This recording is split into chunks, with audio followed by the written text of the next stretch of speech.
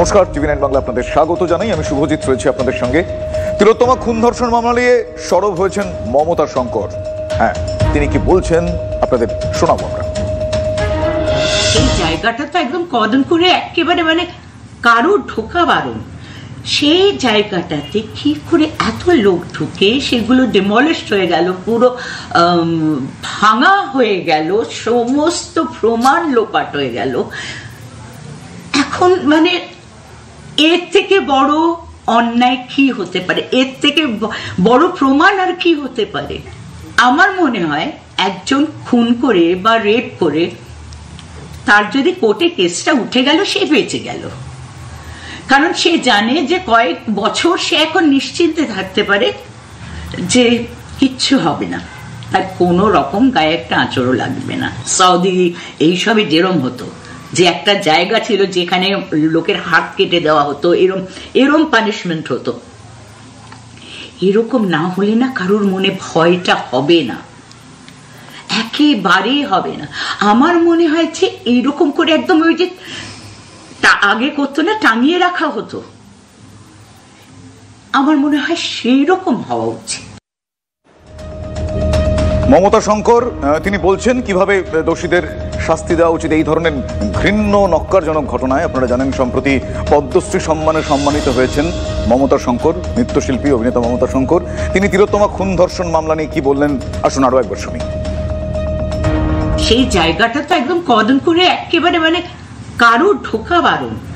সেই জায়গাটাতে কি করে এত লোক ঢুকে সেগুলো ডিমলিশড হয়ে গেল, পুরো ভাঙা হয়ে গেল, সমস্ত প্রমাণ লোপাট হয়ে গেল।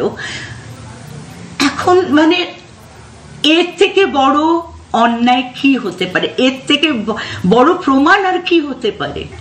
আমার মনে হয় একজন খুন করে বা রেপ করে তার যদি কোর্টে কেসটা উঠে গেল, সে বেঁচে গেল।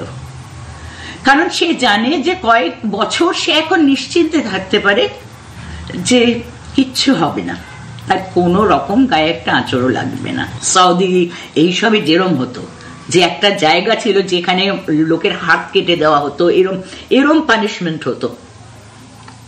এরকম না হলে না কারোর মনে ভয়টা হবে না, একেবারেই হবে না।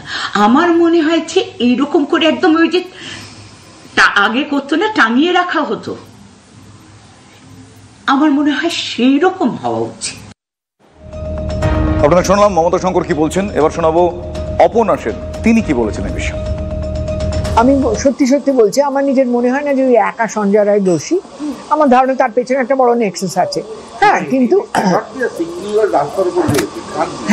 কিন্তু সেই নেক্সাসটা বার করবে কি করে, আদৌ বার করা যাবে কিনা, তার উপরে আমার আস্থা আছে কিনা সেটা অন্য কথা। এখন আমরা কি করতে পারি? সুপ্রিম কোর্টও যে আমার মনে হয় যেটা ন্যায়সঙ্গত রায় সেটা দেবেই, তারও কোনো মানে নেই। আর আমার সত্যি মনে হয় না যে মৃত্যুদণ্ডটা যে আমাদের মুখ্যমন্ত্রী বলছেন ফাঁসি হোক, মৃত্যু এতগুলো তো ফাঁসি হয়েছে, কোনোদিন কিছু বদলেছে? ধর্ষণের ঘটনা তো হয়েই চলেছে ফাঁসি সত্ত্বেও। এটা কিন্তু ইট ইজ নট দৃষ্টান্তমূলক।